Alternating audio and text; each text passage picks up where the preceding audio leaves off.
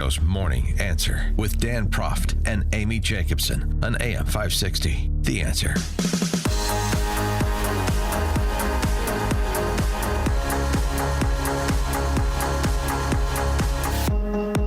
Top of the morning, Dan and Amy. I'm really pleased to talk to our next guest again because we've tried to keep some focus on these small towns that rose to prominence during last year's election that had been overrun by people in this country, some legally under a temporary protected status and others illegally. But the Springfield, Ohio, where they're eating the pets of the people who live there. I'm just kidding. Relax.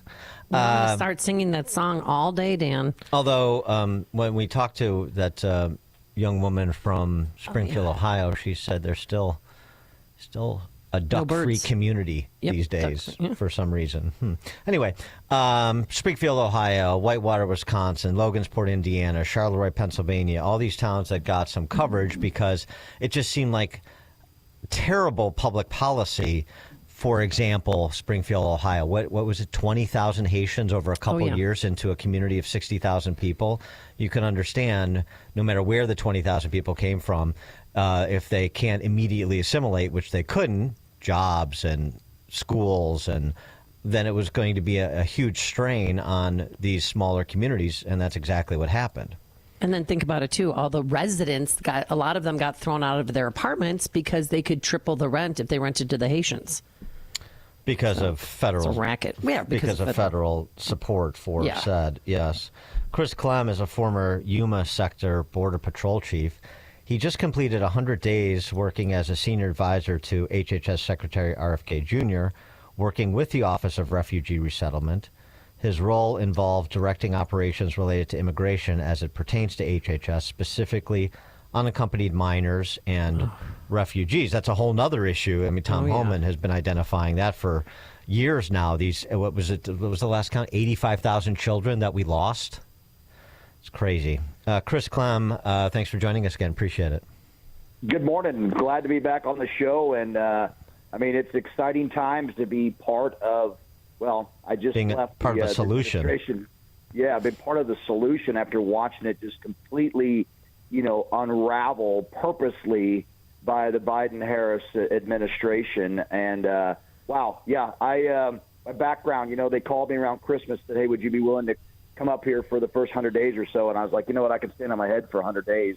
Got some family things I need to put aside for a little bit, but we committed to the 100 days, and we did it. And, heck, the Secretary Kennedy at a cabinet meeting the other day kind of spiked the football for me on some of the great accomplishments we had specific to the missing children and what we were doing to prevent that and keep that from happening again. But yeah, it's a complete 180 from what this country experienced under Joe Biden to what we're experiencing under Trump when it comes to border security and immigration enforcement. Well, let's talk about some of those accomplishments. How many missing or unaccompanied minors are there, and how did you find them, the ones that you did find, and reconnect them with their family? Yeah, so it's a lot more than just missing kids, right? The OIG report, the Inspector General report that came out, talked about 300,000 unaccounted for missing kids. That number is actually reduced. But here's the problem. Under Biden, they basically allowed these children to be released into the country without giving them the proper immigration documents. So the immigration enforcement agencies could never follow up. So they were basically unaccounted for and missing. So we've tracked that down. We've reduced those numbers by knocking on doors, following up with applications, and we've reduced that to well under 100,000 that we can't account for. Still got a long ways to go, don't get me wrong. And we've just, in the last few weeks before I step back into civilian life, had reconnected over 5,000. So it's nickel and diming. But here's the problem.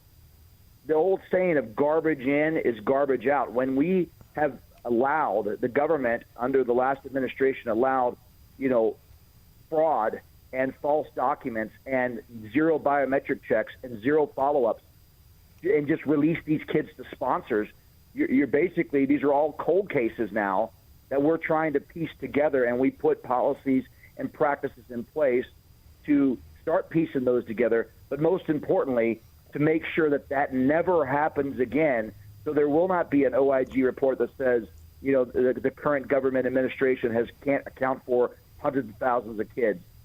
That's just unacceptable to me. It wasn't surprising, but there were some shocking things that I saw that I can't necessarily say here publicly. But what I can tell you is that everything that we've been talking about for years about how lax this administration or the Biden administration had been, that and then some. And we're fixing it. We have put the initial steps in place, and we are complementing and supplementing all federal law enforcement that are out there looking to find these kids, and more importantly, target the sponsors that were fraudulently, exploiting the system, exploiting these kids, because it's a crime. It is a crime to traffic children across the border. I don't care what you say regarding, they're connecting with family. It's still the crime, and we cannot allow that fraud and exploitation to continue. Well, in 2020 on a debate stage before he was the nominee and then the president, Joe Biden said this about his first 100 days, what it would be like. In the first 100 days of my administration, no one will be deported at all. From that point on, the only deportations that will take place are commissions of felonies in the United States of America. So to be clear, only felons get deported and everyone else gets to stay? Yes. Well, now he kept half his promise, because felons got to stay too, as far as we've seen. Yeah, that goes back to mentioning, what President Trump mentioned on the campaign, what Tom Homan and others have been speaking about election time and post-election, and what we're doing now. The three priorities for this administration was secure the border, and we look at the numbers now. I mean, we're talking just averaging about 250 illegal entries a day. Wow. Interior and go back to December of 23 when they tried to push that bogus, we got to have immigration reform, where we had over 10,000 a day. So we're averaging around 250 a day. Number two, interior enforcement. They told you, and we've said it, and I said on the show too, targeting national security and public safety threats. The Tren de Aragua, the MS-13, all the gangs, all these terrorist-related nexus countries and people that have been released in here, they're targeting that. And then the third, and what I think is a very critical and important leg to that stool was the kids, right? So now that's what I was working on to make sure I plugged the leak, so we're not going to have any more of these problems slip through the cracks. And now we're getting this information, sharing it with law enforcement, updating their files so they have real-time information, or we've connected as many dots as we could because of the bad information we had. So we're not just out there on a wild goose chase. We're actually following up with some information, because it was just ridiculous the amount of stuff we have to go through. What about the push to self-deport? Has that been effective? I think it has been. My information that I received is that we were receiving applicants a lot more than we expected early on, and really that's kind of like what we would do anything else, and pay your ticket up front. And you won't be I can think about how we do that in domestic and civil enforcement. Hey, you do something wrong, you pay the fine, or you get a warning, whatever. It's kind of what they're doing here. Is like, look, instead of encouraging or putting law enforcement out there and making you have a felony record and an official removal from the United States, we're giving you that get out of jail free card if you do it yourself and you go through the right way. I mean, I think that is an amazing opportunity for somebody if they really want to do the right thing, and give them that option. Because here's the thing. When we've given you the option to either turn yourself in and try to make your wrongs right, we've given you the option to remove yourself on your own. I don't want to hear anybody on any pundits, any of that progressive liberal nonsense saying, well, why are we going after these people? We gave you every opportunity to do it right. When American citizens and legal residents have to follow the law and are held accountable, why are we treating non-citizens who entered illegally any different? I think it's a great idea. We're giving them multiple bites of the apple to do things the right way. Third strike, you're out. Going back to what I mentioned at the outset of our conversation, these small towns around the Midwest in particular, but America generally, that really were overrun because of the the havoc that the Biden administration created with their open borders and let's see what happens sort of approach to immigration and border security. When we talked to the woman from Springfield, Ohio, I mentioned, she said basically nothing has changed yet, but we're hopeful. Can you give us any color or background on those towns that are sort of crumbling under the weight of a disproportionate share of people that have come to this country?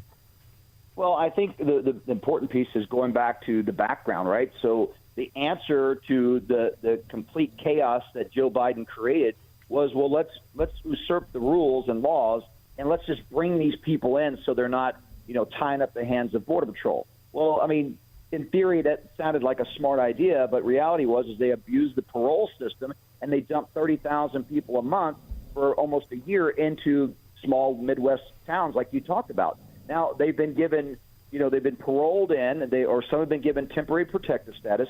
Secretary Noem from DHS did all the legal things and gave the appropriate notices that they were ending this and going to stop that, which meant these people who were paroled in or given temporary protective status are going to have to be removed or have to leave the country. Well, we've had the judicial coup going on, right? So they immediately put blocks on that. That's all by design by a lot of these, Obama and Biden appointed judges. So it's going to take more time. By law, when you're paroled in, the executive branch controls that parole time. You can get it for a week, you can get it for a year if it's in the best interest of the government. So the government can take it away.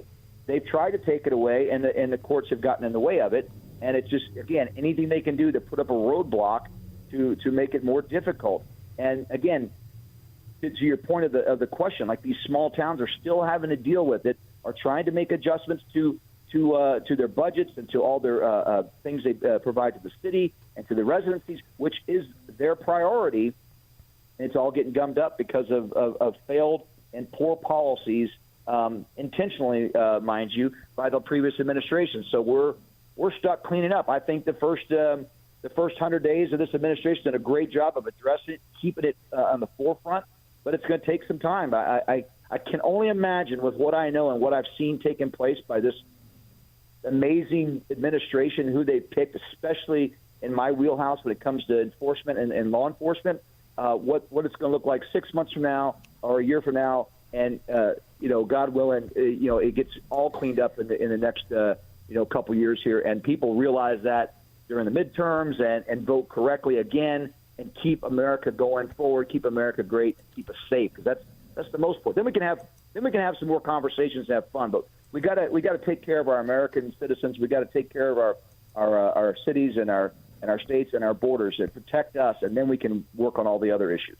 And what I hear you saying just on that score is, look, we had to get in there and just figure out what was going on. You have a sense of it, but until you're on the inside, and then build systems. This isn't sort of ad hoc. We're just chasing down people ad hoc. What we're doing is building systems at HHS, at DHS, at and then the sub-agencies like ICE, so that, look, we build systems in the first 3 months, 6 months, and then we'll be able to scale up in the next 3 months, 6 months, year. Yeah.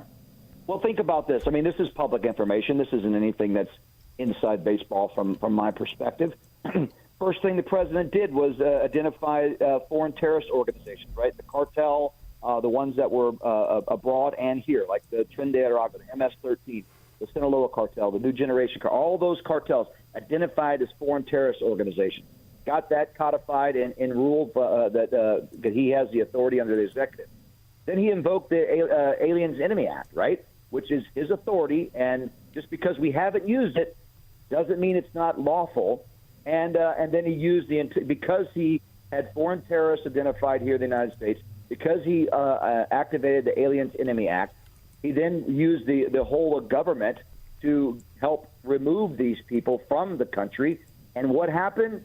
The screaming left decided, oh, wait a second, that's we don't want that. And so we had all the judges in the liberal areas throw up red flags and shut down the progress. America voted for securing our borders and getting rid of these foreign terrorist gangs and helping find the kids. And the left and the judicial branch has been throwing up hurdles the entire time, and I think it's stupid because it is about protecting America and our best interests. And so, yeah, the point is it's been a process. He didn't just shoot from the hip. He did everything the way he was supposed to. Just like I mentioned, Secretary Noem did the same thing with putting people on notice. We were given this CBP Home app so you can try to do things the right way. I mean, we're giving them the red carpet. Hell, if they want to even pay them a stipend if they return themselves, which I think, which that one I don't really care for. But, if it softens the blow. But at the end of the day, it costs us $500 a day to house an unaccompanied child. It's about half that to house an adult. So in 4 days of detention, that pays for itself. So I see it from a business perspective. We could do that if it encourages them getting rid of. Plus, the amount of money it takes to go out there and run an operation to go round people up, if half of them would deport themselves, that money would be well spent. Chris Clem, former Yuma Sector Board Patrol Chief, as he was explaining, just completed 100 days as a senior advisor to HHS Secretary RFK Jr., working with the Office of Refugee Resettlement. Chris Clem, thanks for joining us again. Appreciate it. You got it, guys. Thank you very much. Thank you. And he joined us on our Turnkey Pro answer line. Listen to Dan and Amy on your smartphone. Download the AM 560 mobile app today at 560theanswer.com/mobile. Signature Bank is Chicago's fastest growing independently owned business bank. It's a bank that cares about your business and is invested in your success. I'm Dan Proft, and I know this because Signature Bank is my business bank. Hi, I'm Chris Johnson, CEO of Classic Cinemas and proud customer